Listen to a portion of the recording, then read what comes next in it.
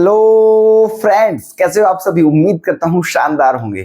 तो आज फिर एक क्वेश्चन आपके लिए लेकर के आए हैं। देख लो मस्त है या नहीं है, आप बताओ देख करके आज कैसा क्वेश्चन है। हम तो देखो मस्त ही लेकर आ रहे हैं, लेकिन ये बात आप पर भी तो डिपेंड करती है कि आपको कैसा लग रहा है।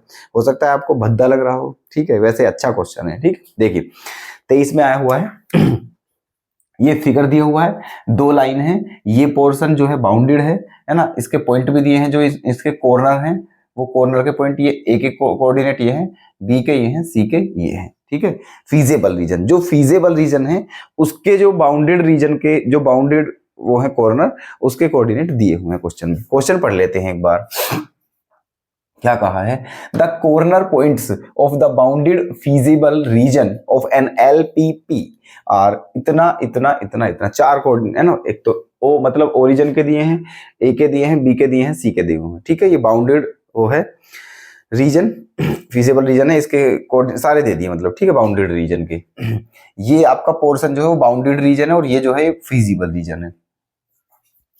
अब ऑब्जेक्टिव फंक्शन ये दिया हुआ है और कहा है ओकर्स एट द पॉइंट इतना एंड इतना, then the relation between A and B. सुनिए, फिगर से ही सब कुछ देख लीजिए, क्वेश्चन में कुछ देखने की जरूरत है नहीं अब, ठीक है। मतलब ये कहा है, ये जो फीजेबल रीजन है, ठीक है, इसमें तीन पॉइंट है हमारे काम के, ये और ये तीनों के कोऑर्डिनेट दिए हुए हैं। और क्वेश्चन में ये भी कहा है ये जो ऑब्जेक्टिव फंक्शन है जेड, इसकी जो मैक्सिमम वैल्यू है वो दो पॉइंटों पर है। दो पॉइंटों पर इसकी वैल्यू मैक्सिमम है। कौन कौन से?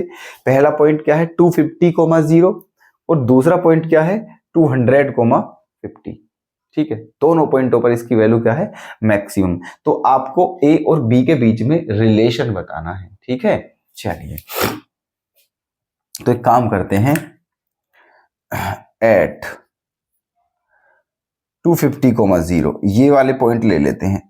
250,0 यहां से निकालते हैं जेड, मतलब x की वैल्यू 250, y की वैल्यू 0 यहां पर रखिए। x के प्लेस पे 250, तो 250 2 जा 500 ए, और प्लस ये क्या हो जाएगा 0, है ना। तो ये क्या आ गया है आपका 500 ए इस पॉइंट पर।